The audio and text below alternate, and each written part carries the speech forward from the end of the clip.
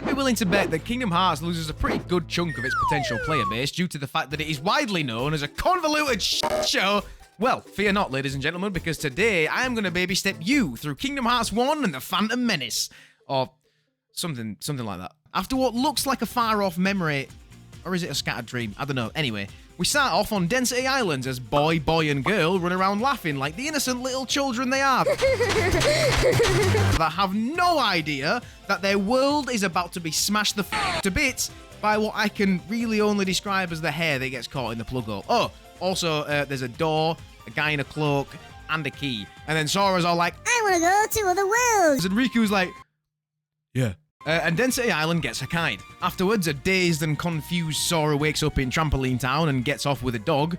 Wake your ass up. Wake your ass up, man. After getting beaten up by Leon, that's this guy, and he is from one of the Final Fantasy games. I don't know exactly which one it is, but what I can tell you is it's definitely between numbers 1 and 25. We learn from Leon that these strange creatures known as the Heartless are going to stalk Sora because he is the Keyblade wielder. Now, if you've seen any other form of any Kingdom Hearts media ever, then you'll know that they basically immediately went back on this because the requirements to actually be able to wield a Keyblade are basically just be alive and have hands. And sometimes that's not even really needed because these ones just float. Sora meets Doblin and Ghoulie for the first time, who are searching for their friend King Michael, and through nothing but sheer convenience, they decide to become a party. On a mission to seal the conveniently shaped holes and rescue anime boys and rodents alike, the gang decide to squad up and conquer planets together like real mates. They hop in the Gummy Whip and they head off to their first world, Wonderland. Upon arrival, they notice that there's a young girl being rather aggressively accused of, I don't know really, she stole the Queen of Hearts vibrator and replaced it with a cactus.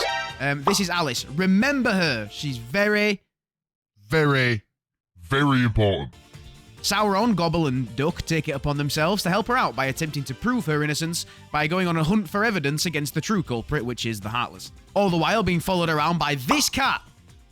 Fuck this cat. I would prefer to sever my testicles via blunt pitchfork than ever deal with this condescending feline bag of dicks ever again. Anyway, regardless of how much evidence you find or who you prove right or wrong, the outcome is the same. After beating off a small concrete erection, we notice that Alice is missing, like my dad went to get milk levels of missing. Another short boss fight later, and we're shooting Keyblade ropes into the mouths of unknowing doorknobs. The next world is the choice of the player, really, but we'll go off battle level. Phil Collins is getting ready for the games! He wants you to push a pedestal that's Way too heavy. Too heavy?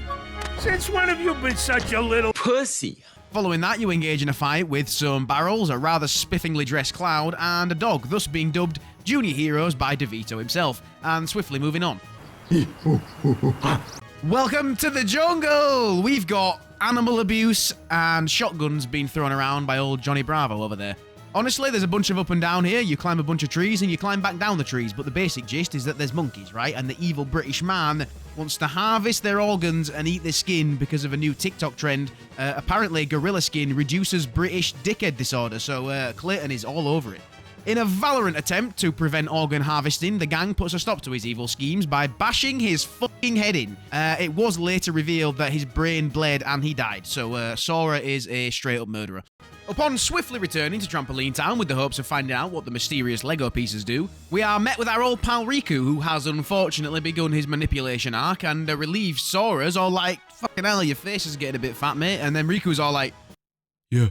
Sora invites Riku to join the gang on their adventure, but Dolan's all like, which means, no, he's not allowed because I'm a miserable asshole, paltry piece of shit and no one likes me. Cut to Maleficent, she's like, see, look at that lad, he's forgotten about you, and he's trying to share that Paupu fruit with Kyrie, if you know what I mean. Dude's a snake, man, you better leave him. Sora defeats another bad guy and shoots his load into the fountain. Arriving now in Agrabah, where the bandits are fat and the sand is sandy. It's coarse, it's rough, and it gets everywhere. This is Princess Jasmine. Remember her because she is also very important. We begin by meeting Princess Jasmine, who is supposed to be hiding from Jafar, but this is the best she could do. Now it's time to pull this guy out of a sandy hole, kind of like what I'm left with after a day at the beach. We learn from him that he has a magical lamp that summons a genie to grant whatever wish you could possibly desire. And then what? Shut up, Duck! Why do you ruin everything? Jafar kidnaps the princess, and we learn from him that she is one of 7 really Really important, ladies, that are the key to opening the door. What door, you might ask? No one knows, man. Shut up. Anyway, we murder Jafar, seal the keyhole in Agrabah, and Aladdin wishes for Genie's freedom, and Jasmine is missing, like the opposite of my virginity levels of missing. Bad guys are absolutely baffled that their evil plans are being embarrassingly dismantled by a dumb kid, a duck, and a dog. Or is he a cow? Maleficent doubles down on the Riku manipulation by showing him a projection of Kairi like, "Help me, Riku-san, you're my only hope." So Riku responds the only way he knows how. Yeah. The gang and the gummy whip get the dirtiest suck and swallow you have ever seen, and from a whale nonetheless.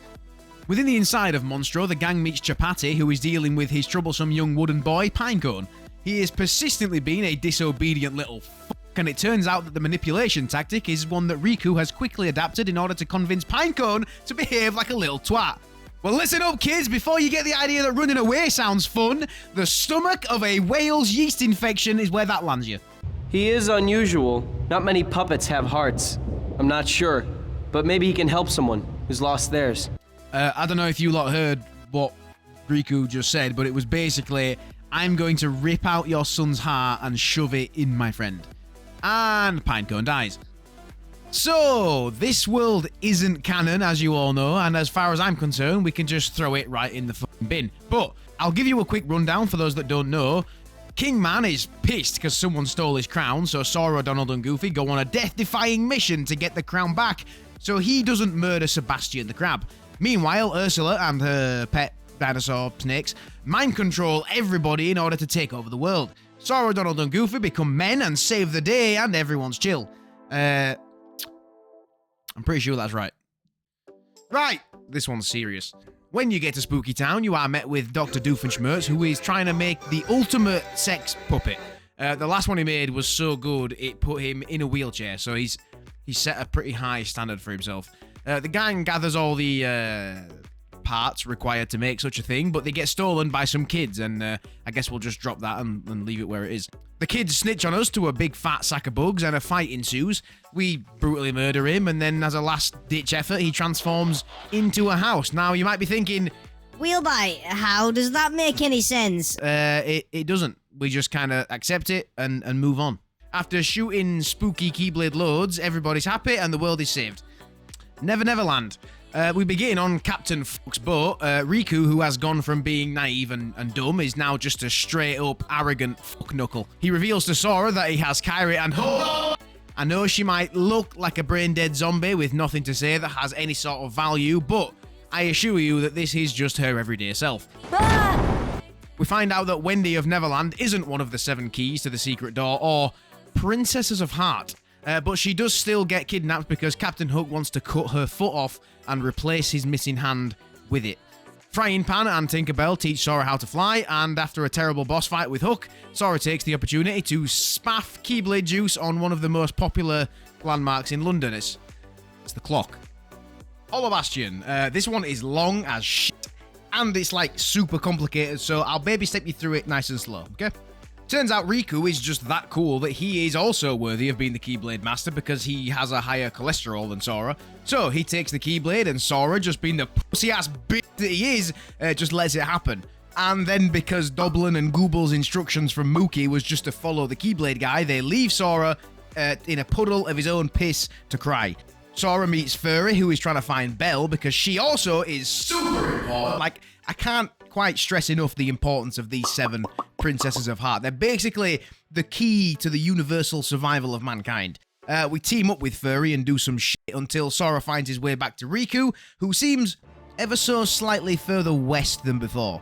Via the power of friendship and the heart of the card, the old boy manages to harness his inner midichlorians and just force pull the Keyblade right back. Doblin and Ghoulie follow, and all 3 of them proceed to just kick Riku's shit in. One really short and not at all rage-inducing tower climb later, it's time to fight Maleficent. And to repurpose a joke from an older video, her first phase is, I'm on a rock, motherfucker, take a look at me. And phase 2 is, I am an actual, genuine, literal fire-breathing dragon and I will eat your children. Cut to this room that definitely isn't a boss room. There's the Princesses of Heart all locked up and ready to go, but with one space missing, Sora's mum! Ah! In this room, we find a limp, lifeless Kairi and a Riku that's found himself a new outfit. So apparently, it took Riku sounding like this The princess's heart is responding. For Sora to realize that there's some shit that's just not right. So, Kairi's heart can't be used to activate the door to Kingdom Hearts because when this happens right at the start of the game, Sora kind of like hijacked that shit, which is why she's been comatose this entire time. The bad guy that's all up in Riku wants it, so he decides to forcibly take it. After a 3-hour cutscene, a fight ensues, and when Sora emerges victorious, he decides that the best course of action is seppuku. A little shadow gets shot out, and it's literally impossible according to every other factual piece of information in the Kingdom Hearts universe, and it never happens again, and no one ever talks about it, especially Nomura, because he knows he fucked up. But Sora is a fully conscious Heartless, and Kairi recognizes this and just hugs him back to being completely fine. What? Back in Trampoline Town, Leon from Final Fantasy XXXVII tells us that we need to go back and climb the tower again to seal the keyhole that we were literally just at. And, you know, we do it because we're fucking heroes. More Keyblade jizz and all is well, except it's not. End of the world. Yes, that's genuinely what they called it. So the entire universe is just falling to shit at this point, and then all of those worlds that you just spent like what 20 to 30 hours saving are just going to get sucked into the clutches of Galactus and devoured with the same speed and power as me after not eating for 20 minutes. You see, Galactus and Superman were actually in cahoots this entire time, and this was all just a simulation in order to trick James Bond into giving up the nuclear codes, which he does, and that brings you here. You start in purple, and then you slowly make your way to the deep dark chasm where you fight the devil himself. Not much longer to go now, ladies and gents, as we dive into this boss fight with the same force as like a fully charged Falcon Punch, okay? This is Anus, the Destroyer of Rings, and while Riku was all like desperate and vulnerable, Anus took advantage of him and slithered his way into his head and kind of like took over. You know like that parasite that cats carry that make you think that you love them? It's a real thing, man. Google it. You will never look at your cat the same again. After smashing this guy like you just met him in a bar, he turns into a boat, and then we smash in some more. Imagine being the evil wizard that genuinely tries his best and still loses a fight with a 14-year-old. I would be in the bath with a toaster before you could blink. And, I mean, that's basically it, right? We've got the final cutscene. Anus is like, out of Kingdom Hearts, fill me with darkness. And Sora's like, bitch, actually, I am a psychic, and I know that Kingdom Hearts is light. He doesn't know that. He's completely guessing. He's literally just trying to call his bluff. But anyway, door opens. Lightness comes out. Bad guy fades away. Here's what's dumb about that. Behind that door is a place called the Realm of Darkness. So explain that one, Nomura. But don't worry about it because, you know, I'm sure it'll get retconned at some point. Oh, the door needs to be closed, but the power of the Keyblade can't do it. What's that? Riku is very conveniently on the other side of it, and he's a good guy now because, you know, he knows what he's doing. And they close it together. Why doesn't Riku just jump out of the door? We don't ask those sorts of questions because that would have to make sense. Oh, and Kairi floats away on a rock. It seems important to tell you that, but, you know, that's there. Oh, there is one more thing. You know all those princesses of heart that we just rescued, and I made sure to let you know that they're really important, and you should remember them because they're like, if you have the runs, wear 2 pairs of underwear important. That's how special they are. Yeah, they don't matter anymore. Forget them. We are completely done with them. We're never going to speak of them again. It was just, you know, it was fucking pointless. It was just, yeah. I just wanted you to feel how I felt. That's all. Boom! That was Kingdom Hearts 1 professionally explained in about 14 minutes. If you did know, you've had a refresher, and if you didn't know, well done. You now know the game like the back of your hand, because I think I nailed it. If you enjoyed this and you like Kingdom Hearts stuff, I've got a bunch more of it, so go check that shit out. Thank you for your time today. If you made it to the end of this, I'm very impressed. Yeah. Fuck, I gotta go.